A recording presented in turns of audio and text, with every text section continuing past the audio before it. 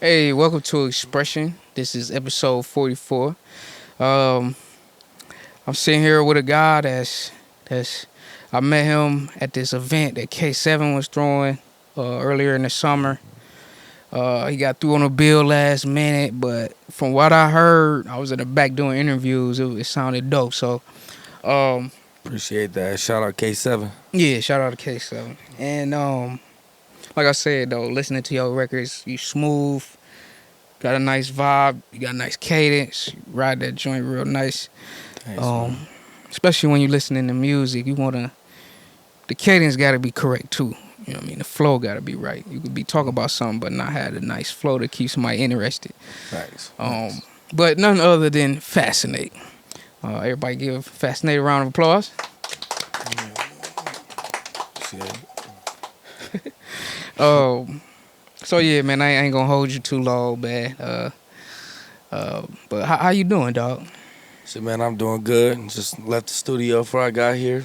Yeah, you was So, recording a joint you did here today. Yeah, got it done so I can get it released. Probably gonna try to drop it a couple weeks after Okay. the episode. Well, y'all can look out for that, when it drop. Yes, sir. But first off, I want to just say, the record that you just released, it's in Italian. What does it mean? Is Grazie, Amore Mio, which means thank you, my love. It's it's an album I put together a lot different than what I usually do. Something a little more on the smooth side for the ladies. What you feel like your normal 1-2 is?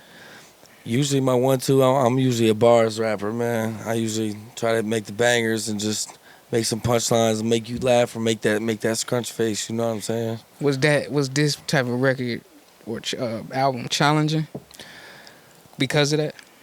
It was and it wasn't, just because I don't know.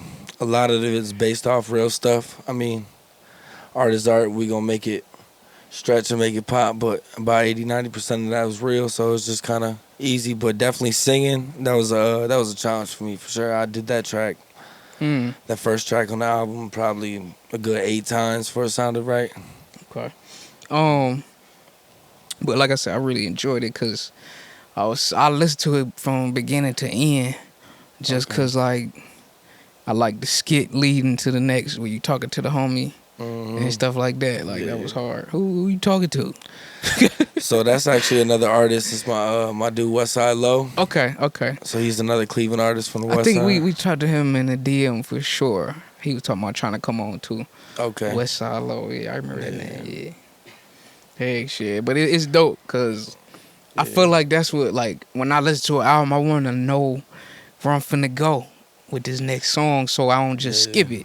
You know what I mean? Like, I like that. So even going into FaceTime and, you know what I mean, you long distance and shit like that. So I like that. Appreciate that.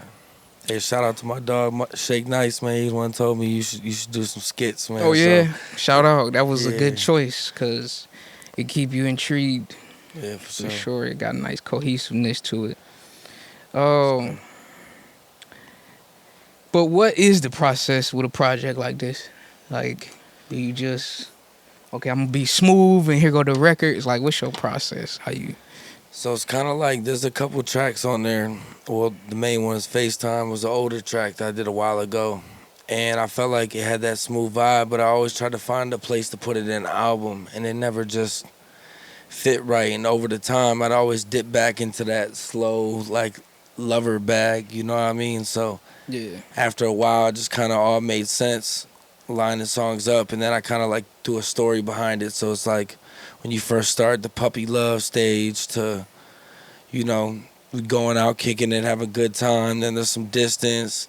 Now y'all kind of broke up. You kind of got some other things in front of your face, but she's still coming through late night. And even when she does, y'all act like nothing happened. You know what I mean? It's like everybody that had a relationship like that before, I feel like. Oh, yeah. That's why I like it. I can see myself in them shoes, you know what I mean? In past relationships. So it was definitely a relatable record, too. Yeah, for sure. Appreciate that. So kudos on that, man. Thanks, man.